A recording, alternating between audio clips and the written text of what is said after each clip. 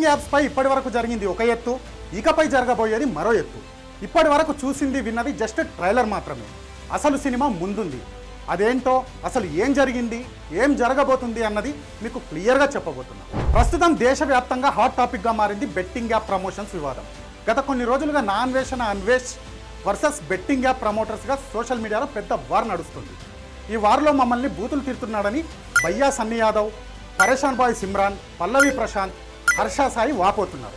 కానీ ఒక్కొక్కరు 30 నుంచి 40 కోట్లు ఎవరు స్థాయికి తగ్గట్టు వాళ్ళు ఈ యాప్స్ ప్రమోషన్ ద్వారా దండుకున్నారనేది నా అన్వేషణ వాదన.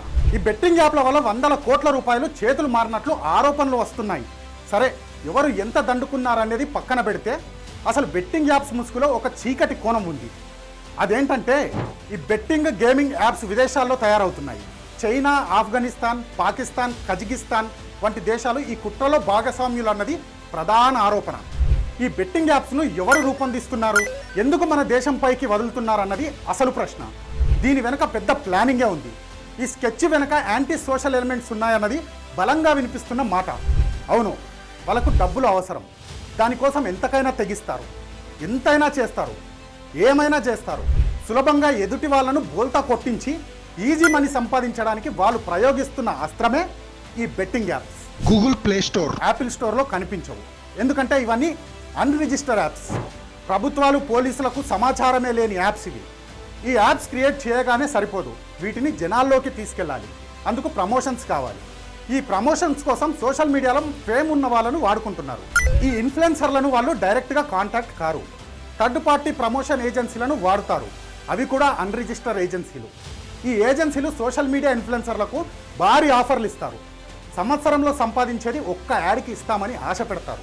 ఇస్తారు కూడా. ఇంత డబ్బు ఆఫర్ చేసేసరికి ఏమీ తెలుసుకోకుండా ప్రమోట్ చేస్తారు.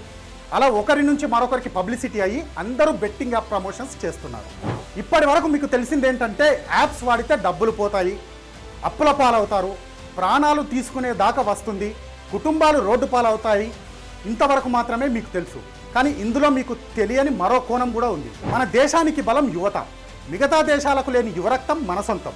సో ఆ బలాన్ని నిర్వీర్యం చేయడంతో పాటు దేశ ఆర్థిక వ్యవస్థని దెబ్బతీయడం కోసం మన మీద ఇండైరెక్ట్గా జరుగుతున్న యుద్ధం ఇది. గతంలో మాదిరిగా తుపాకులు, బాంబులు పట్టుకొని ఇప్పుడు యుద్ధం చేయట్లేదు. ఇప్పుడు సైబర్ వార్ ద్వారా టెక్నికల్గా చేస్తున్నారు.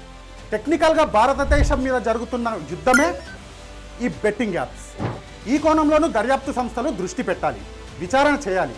నేను అడుగుతున్న ఈ సోషల్ మీడియా ఇన్ఫ్లుయెన్సర్లను, మీరు ప్రమోట్ చేసే యాప్స్కి ఓనర్ ఎవరో మీకు తెలుసా? ఎక్కడ క్రియేట్ అయ్యాయో తెలుసా? డబ్బులు వస్తున్నాయి కదా అని ఇష్టం వచ్చినట్లు ప్రమోట్ చేస్తే ఎలా? For more videos like this, subscribe Big TV channel.